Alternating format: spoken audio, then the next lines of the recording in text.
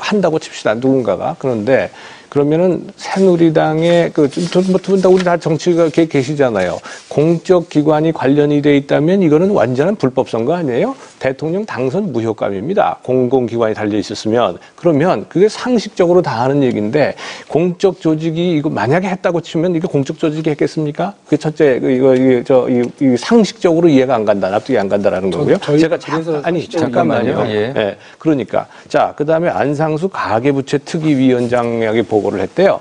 가계부채하고 SNS에서 하는 거하고 무슨 상관이 있습니까?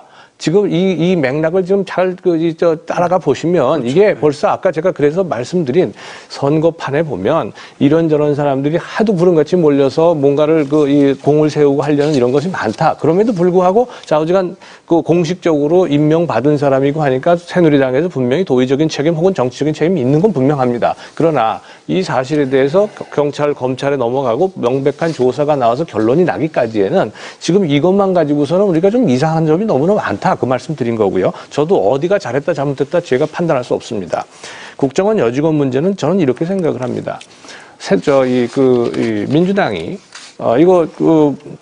국정원에서 70명이나 되는 사람들을 고용해서 뭔가 특별 심리단을 구성을 해가지고 국내 정치 개입한다는 거 아니겠어요?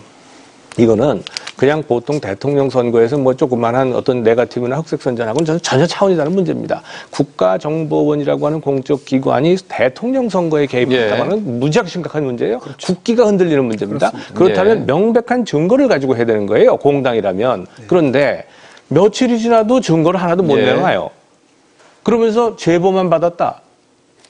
다른 증거도 있다. 그럼 다른 증거 내놓으시오. 그랬더니 다른 증거 내놓는 것도 없어요. 그러면 저는 국민의 한 사람으로서 아무리 이 객관적으로 평가하려고 해도 민주당이 이런 문제에 대해서 이걸 이 흑색 선전이라고 생각하지 않을 수가 없는 거예요. 말씀하십시오. 제가 말씀드릴게요. 교수님께서 말씀을 하시는데 선관위에 그런 자격이 없다. 하지만 선거 기간에 선거관리위원회 고발할 수는 있어요. 잠시만요. 현장에서 현행범과 현장에서 증거를 취합해가지고 단속할 수가 있어요. 그거를 자격 없는 것처럼 얘기하시면 안 되고, 저는 선거관리위원회라고 하는 국가의 엄연한 헌법기관이 밝힌 사실만 얘기를 했는데요. 교수님 추측상, 그리고 우리 박성규 대변인께서는 이제 고발된 사람들, 이른바 범죄자들로 추정되는 분들의 이야기를 대변하고 계셨어요. 저는 그냥 선관위 얘기만 했습니다. 그 다음에 끔찍한 일이죠. 만일에 지금 말씀하신 것처럼 되면요.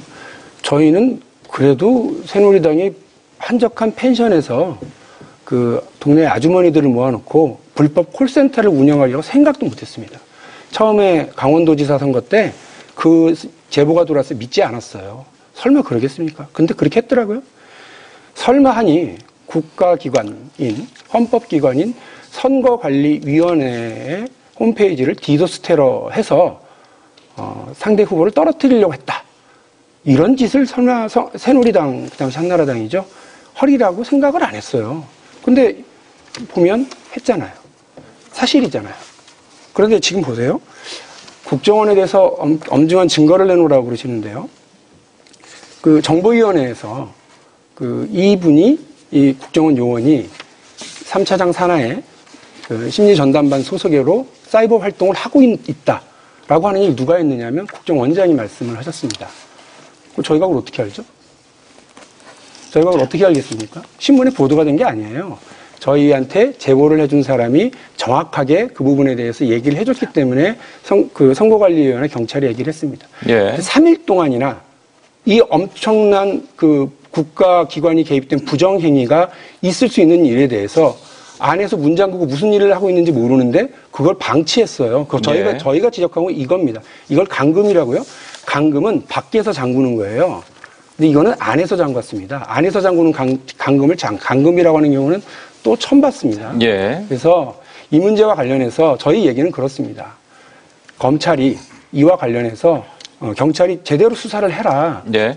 시간 끌게 하지 마라. 2분 30초 넘어갈까요? 제가 오는 길에 제보를 받았어요. 무슨 제보냐?